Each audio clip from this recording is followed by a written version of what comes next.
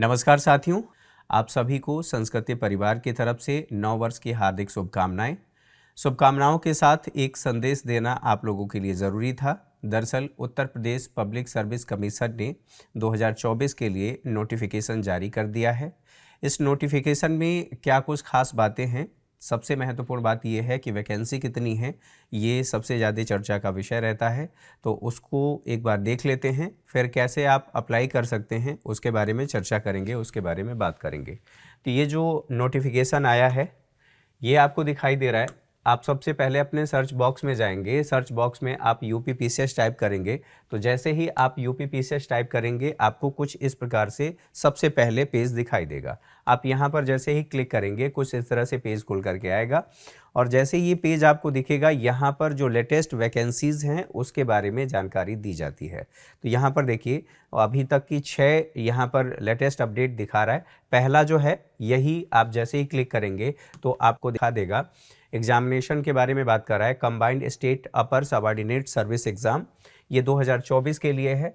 अगर आप ये चाहते हैं कि यहाँ से आप डाउनलोड करें, जो भी इसकी ऑफिशियल नोटिफिकेशन है हिंदी इंग्लिश दोनों में अवेलेबल है। आप जैसे ही इस पर क्लिक करेंगे कुछ इस प्रकार से यहाँ पर आपको खुल करके दिख जाएगा और इसमें आपको इससे संबंधित सारी जानकारी मिल जाएगी। अब एक बार बात कर लेते हैं इसमें क्या क्या जानकारी दी गई है, कितनी नंबर ऑफ वैकेंसीज बताई गई हैं, आवेदन कब से शुरू हो रहा है, इत्यादि बातें। देखिए ये 1 जनवरी से शुरू हो गया है। ऑनलाइन परीक्षा शुल्क बैंक में जमा करने की जो अंतिम तिथि है आयोग ने 29/1/2024 निर्धारित किया है। इसके साथ साथ ऑनलाइन आवेदन स्वीकार करने या सबमिट करने के लिए अंतिम तिथि रखी गई है 2/2/2024। इसके साथ साथ अगर आपको लगता है कि आपने कुछ डिटेल या कुछ डेटा आपने गलत डाल दिया है तो आयोग आपको संशोधन करने का भी ऑप्शन देता है और ये 9/2/2024 को आप ऐसा कर सकते हैं। अगर कुछ गलती हो गई है, ह्यूमन एरर हो गया है तो आप यहाँ पर संशोधन कर सकते हैं। इसके लिए भी आयोग ने व्यवस्था की है। तो आयोग काफ़ी ज़्यादा लिबरल होता है। अब यहाँ पर इन बातों को समझने के साथ साथ जो सबसे ज़रूरी चीज़ है वो ये है कि आयोग ने ये कहा है कि अगर आप ऑनलाइन आवेदन करना चाहते हैं तो सबसे पहले आपके पास OTR होना चाहिए और OTR के लिए ज़रूरी है कि आप OTR रजिस्ट्रेशन करें। रजिस्ट्रेशन करके वहाँ से आप नंबर प्राप्त कर लें। जब नंबर प्राप्त कर लेंगे तभी ये कहा गया है कि ऑनलाइन आवेदन सबमिट किया जाना संभव नहीं होगा यदि आपके पास OTR नहीं है। OTR का मतलब वन टाइम रजिस्ट्रेशन। अब सवाल ये है कि OTR से क्या क्या लाभ होगा, ये सब तो सारी बातें हम बाद में समझेंगे। फिलहाल ये देख लेते हैं कि नंबर ऑफ़ वैकेंसीज़ कितनी हैं। यहाँ पर आयोग ने पहले से ही कुछ चीज़ें जो आप लोगों के लिए महत्वपूर्ण है हाईलाइट करके रखा है। इसमें आपको ये समझने की ज़रूरत नहीं है कि कौन सा इसमें सेगमेंट महत्वपूर्ण है। फिलहाल के लिए यहाँ पर देखिए आवेदन शुल्क सबके लिए अलग अलग है तो वो एक अलग बात है। यहाँ पर रिक्तियों की संख्या की बात करें तो टोटल नंबर ऑफ़ वैकेंसीज़ जो आयोग ने दिया है वो 220 दिया है। लेकिन आप लोगों को घबराने की ज़रूरत नहीं है, घबराने की ज़रूरत नहीं है। क्यों ऐसा कह रहा हूँ? दरअसल समय समय पर आयोग वैकेंसीज़ को बढ़ाता रहा है तो इसका मतलब अंतिम चयन तक ये जो नंबर ऑफ़ वैकेंसीज़ हैं ये केवल 220 नहीं रहने वाली हैं। इसके लिए मेरे पास एक डेटा है वर्ष 2016 से, उस डेटा का प्रयोग कर लेते हैं और देख लेते हैं कि क्या जो वैकेंसी आई है अर्थात जब नोटिफिकेशन आया उस समय कितनी वैकेंसी दिखाई गई थी और जब अंतिम चयन हुआ अर्थात फाइनल रिजल्ट आया उस समय कितनी वैकेंसीज थी। तो इसको एक स्लाइड के माध्यम से हम देख लेते हैं। देखिए ये वर्ष 2016 से लेकर के 2023 तक के आंकड़े यहाँ पर हैं। वर्ष 2016 में जब विज्ञापन आया था तो उस समय जो वैकेंसी थी, नंबर ऑफ वैकेंसीज 531 थी।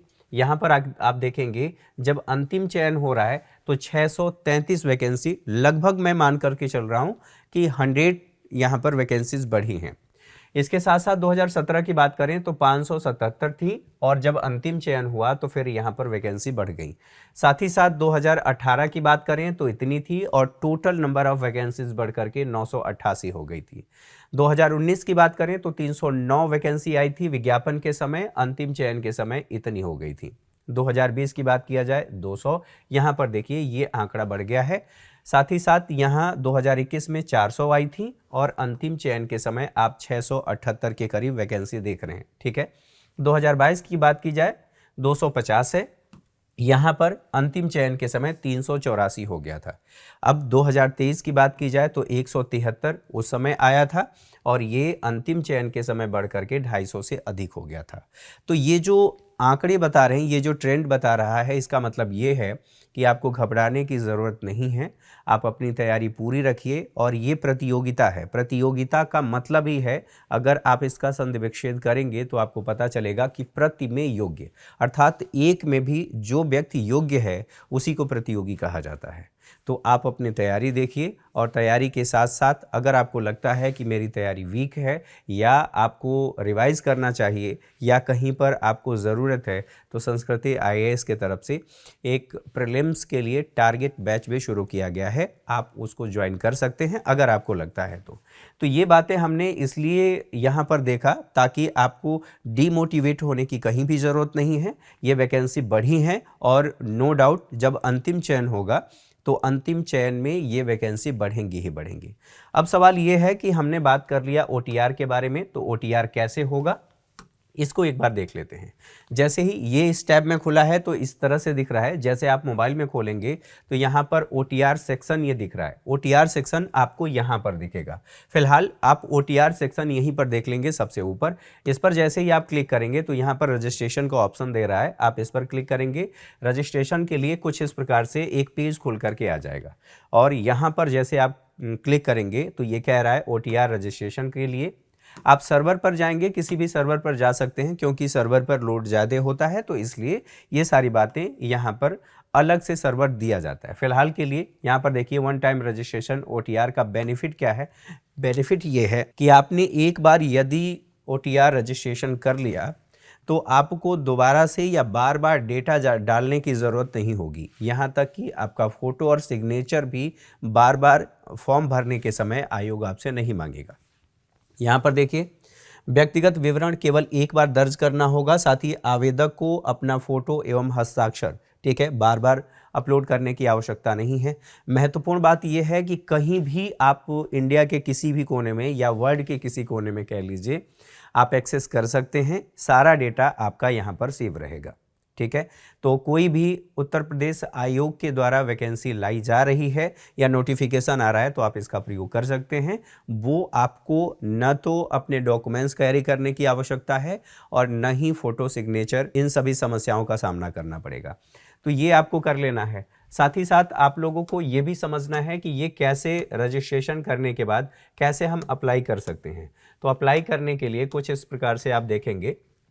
OTR इसलिए महत्वपूर्ण है कि जब आपको यहाँ पर भरने के लिए ऑप्शन देगा कि आप ऑनलाइन रजिस्ट्रेशन कर सकते हैं, तो ऑनलाइन रजिस्ट्रेशन करने के लिए आपको सबसे पहले यहाँ पर शुरू से इसको शुरू कर लेते हैं। ये जो पेज आपको दिखाई दे रहा है, यहाँ पर सबसे पहले जो आपको दिखाई दे रहा है, इस पर आप क्लिक करेंगे।